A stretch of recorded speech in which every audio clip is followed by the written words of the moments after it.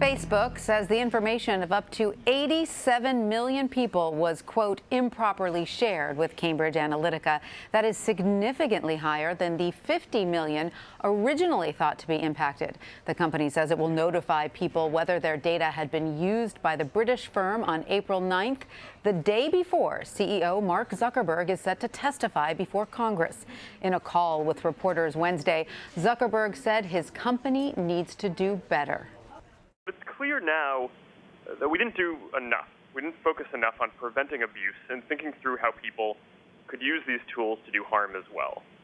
And that goes for fake news, foreign interference in elections, hate speech, in addition to developers and data privacy. We didn't take a broad enough view of what our responsibility is, and that was a huge mistake. It was my mistake. So now we have to go through every part of our relationship with people and make sure that we're taking a broad enough view of our responsibility. It's not enough to just connect people. We have to make sure that those connections are positive and that they're bringing people closer together. Dan Patterson is a senior reporter for Tech Republic. Dan, thanks so much for being with us. Great to be here. There's a lot of anger over this, a lot of anger directed at Facebook, some of it at Zuckerberg. You listened in to the entire call today. How would you characterize his tone?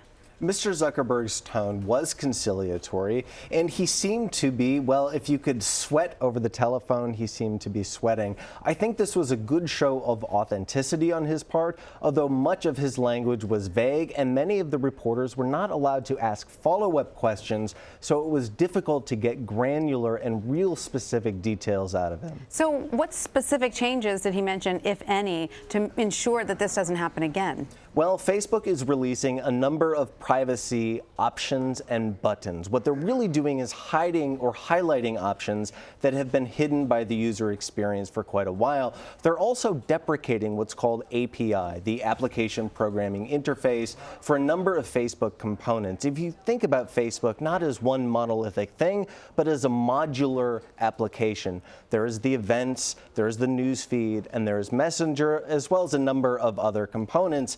And these APIs could communicate with different components and with outside developers. By deprecating those APIs, that's shutting off some of the access that developers and application programmers like Cambridge Analytica use to extract 87 million user details. So is this what we're going to learn on April 9th when Facebook reveals to all of us what apps we're sharing our information with?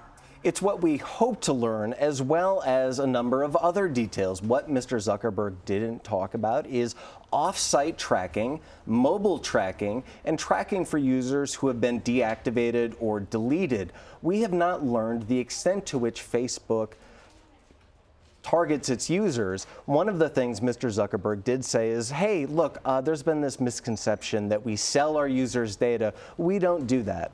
Of course, we all know that if the product is free, the users are the product. So, of course, they're not selling the users' data themselves. Right. They're selling access to these users. It's kind of a critical moment for Facebook. I mean, a recent poll showed that only 41% of Americans trust the site to keep their information safe. That's not good news. It's not good news, but this isn't the end. Facebook has weathered a number of privacy storms through their history.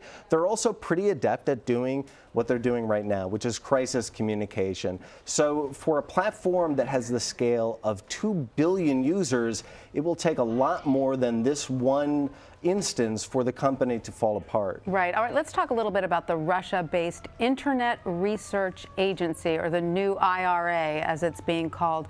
Mr. Zuckerberg said that the company took moves to remove the IRA from its site. What is it exactly?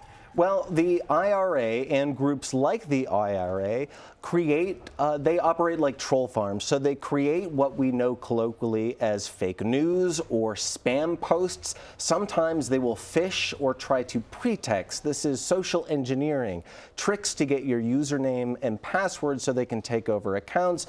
They behave like a dubious actor would be expected to behave. And we have Zuckerberg talking about that. Let's listen in. Since we became aware of this activity, their activity after the 2016 U.S. elections, we've been working to root out the IRA and protect the integrity of elections around the world.